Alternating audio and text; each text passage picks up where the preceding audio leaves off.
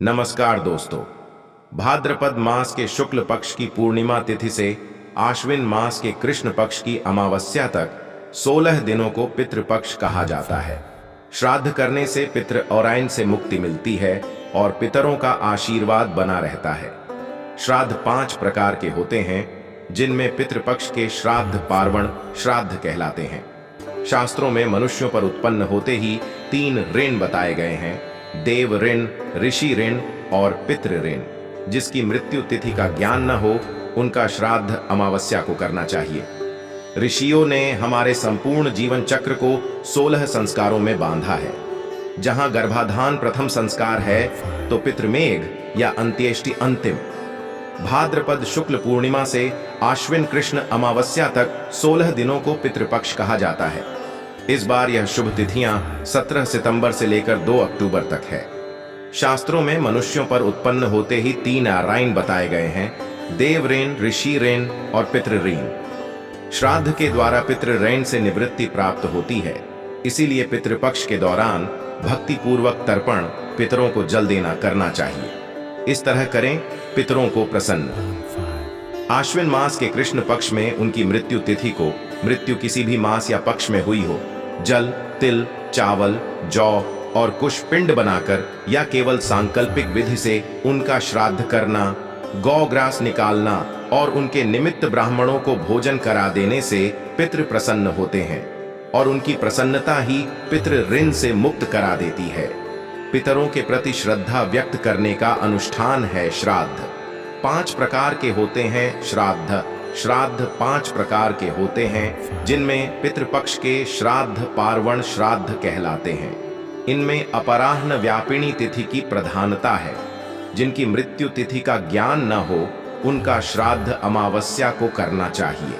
श्राद्ध हमेशा मृत्यु होने वाले दिन करना चाहिए। अग्नि में जलकर, विष खाकर, दुर्घटना में या पानी में डूबकर, शस्त्र आदि से जिनकी मृत्यु हुई हो, उनका श्राद्ध चतुर्दशी को करना चाहिए। आश्विन कृष्ण पक्ष में सनातन संस्कृति को मानने वाले सभी लोगों को प्रतिदिन अपने पूर्वजों का श्रद्धापूर्वक स्मरण करना चाहिए। इससे पितर संतृप्त होकर हमें आशीर्वाद देते हैं।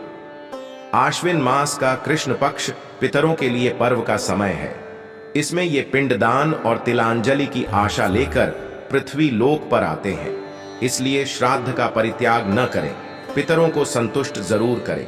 श्राद्ध के प्रतीक कुश, तिल, यव, गाय, कौवा और कुत्ते को श्राद्ध के तत्व के प्रतीक के रूप में माना जाता है। कुशा के अग्रभाग में ब्रह्मा, मध्य में विष्णु और मूल भाग में भगवान शंकर का निवास माना गया है।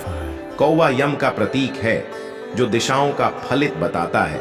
गाय तो वैतरणी से पार लगाने वाली है ही।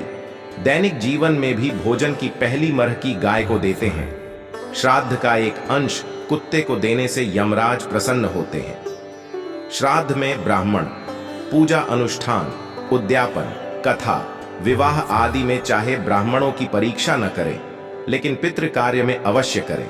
समस्त लक्षणों से युक्त, हाथ का सच्चा, व्याकरण का विद्वान, शील एवं सद्गुणों से युक्त, 3 पीढ़ियों से विख्यात ब्राह्मणों के द्वारा संयत रहकर श्राद्ध संपन्न करें। श्राद्धकर्ता के लिए वर्जित। श्राद्धकर्ता को पितृपक्ष में क्षौर कर्म यानी बाल या नाखून नहीं कटवाने चाहिए।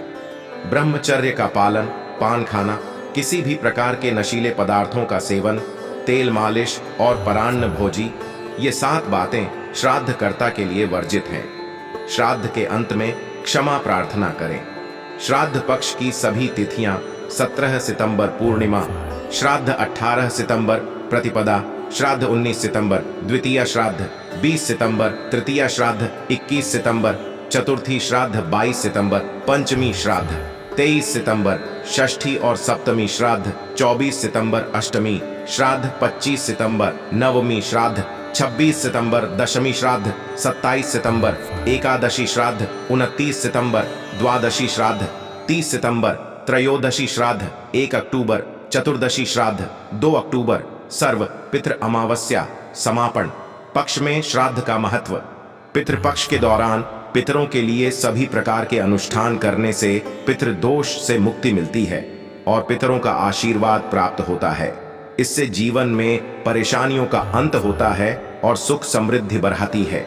यह जानकारी अच्छी लगी तो चैनल को सब्सक्राइब करें, लाइक करें और कमेंट करें। जय श्री कृष्ण।